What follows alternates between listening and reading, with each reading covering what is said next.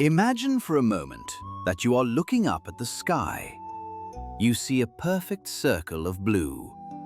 Occasionally, a white cloud drifts across this circle.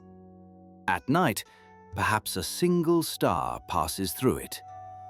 You know this circle intimately.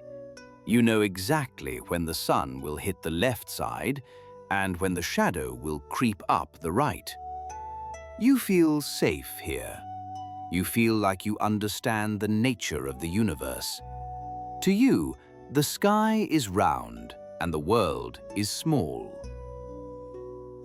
But you are not standing in an open field.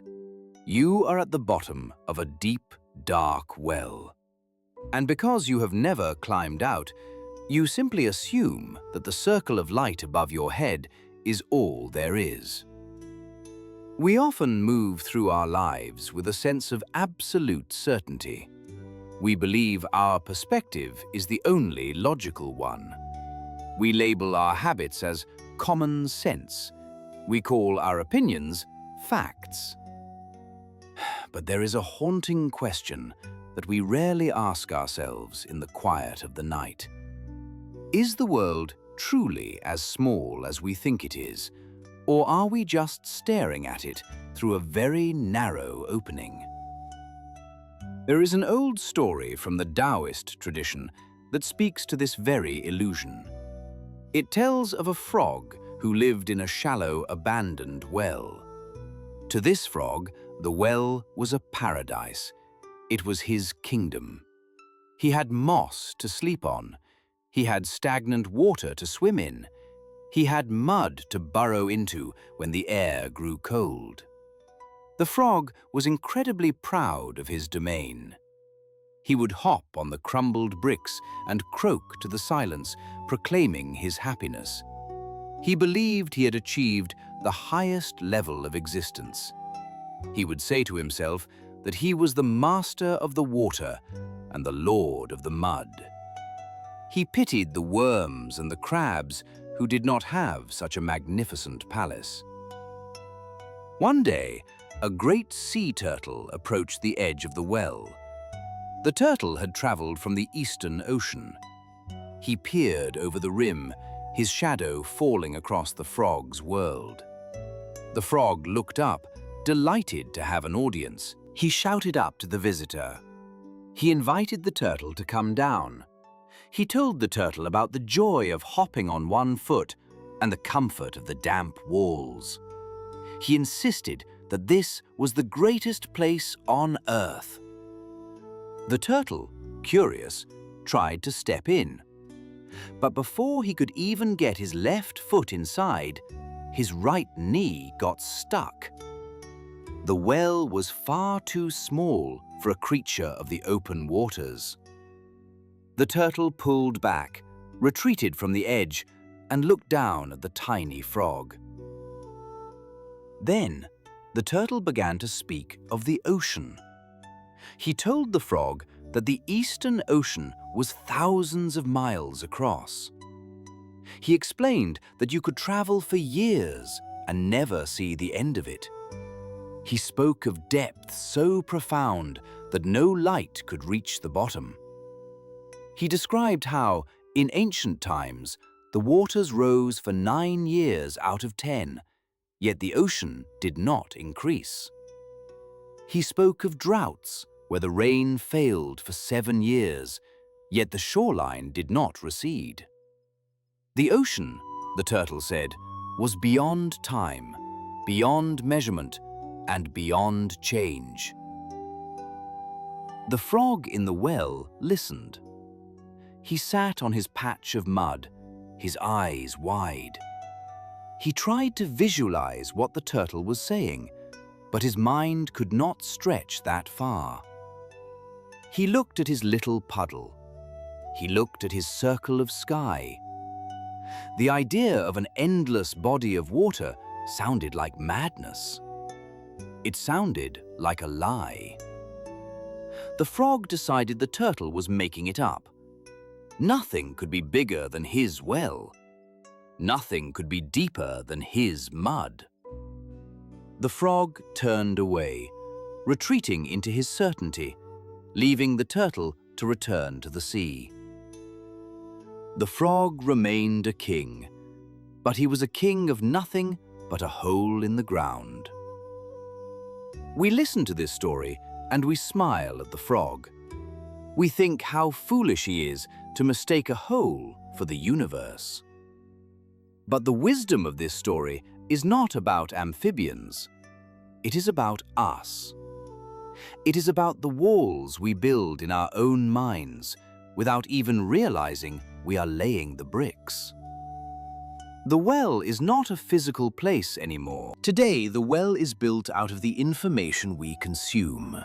It is constructed from the people we agree with. It is paved with the routines that keep us comfortable. We curate our lives so carefully. We choose the news channels that tell us we are right. We follow the social media accounts that mirror our own tastes. We spend time with friends who nod at our complaints and validate our grievances. Slowly, the sky shrinks. The circle of light becomes smaller. We begin to believe that everyone outside our circle is strange, or wrong, or dangerous. We look at new technologies, or younger generations, or different cultures, and we react like the frog. We say it is impossible. We say it is nonsense. We dismiss the vast ocean of human experience because it does not fit inside our familiar damp walls. You might notice this in your own life during moments of friction. Perhaps you are in a meeting at work and a colleague suggests a radical new way of solving a problem. You feel an instant spike of irritation. You think they are naive. You think they do not understand how the world works. That irritation is the wall of your well. Or perhaps you are at a family dinner. Someone brings up a topic that challenges your political or social beliefs. You stop listening. You start preparing your defense. You categorize them as an enemy or a fool. You are defending your patch of mud, convinced that your view is the only view. The tragedy of the frog is not that he lives in a well. The tragedy is that he believes he knows everything. He has stopped being curious. When the turtle offered him a glimpse of the infinite, the frog chose to stay blind. He chose the comfort of being big in a small place over the terror of being small in a huge place. Stepping out of the well is not easy. It is actually quite painful.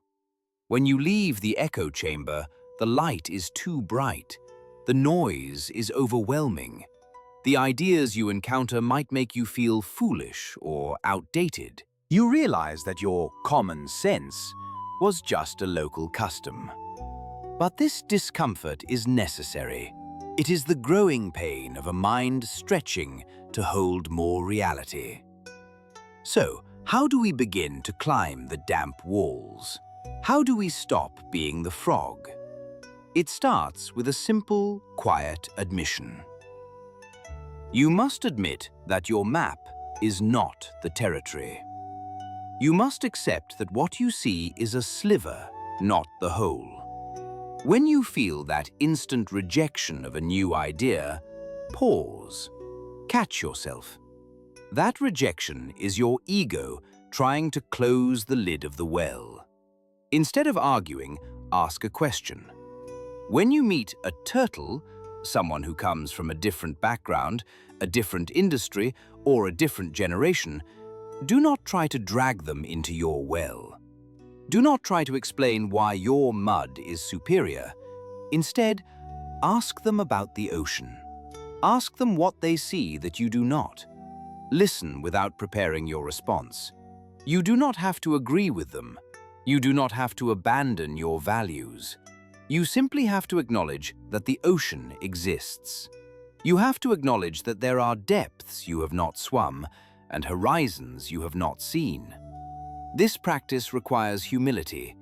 It means stepping down from the throne of the expert or the wise elder and becoming a student again. It means being willing to say, I do not know. Imagine the feeling of the fresh wind from the sea. It is cold and it smells of salt. It is frightening because it is uncontrollable, but it is also alive. The air in the well is stale and recycled. The air of the ocean is new. If you stay in the well, you will always feel safe. You will always be right. You will always be the smartest person in your tiny world.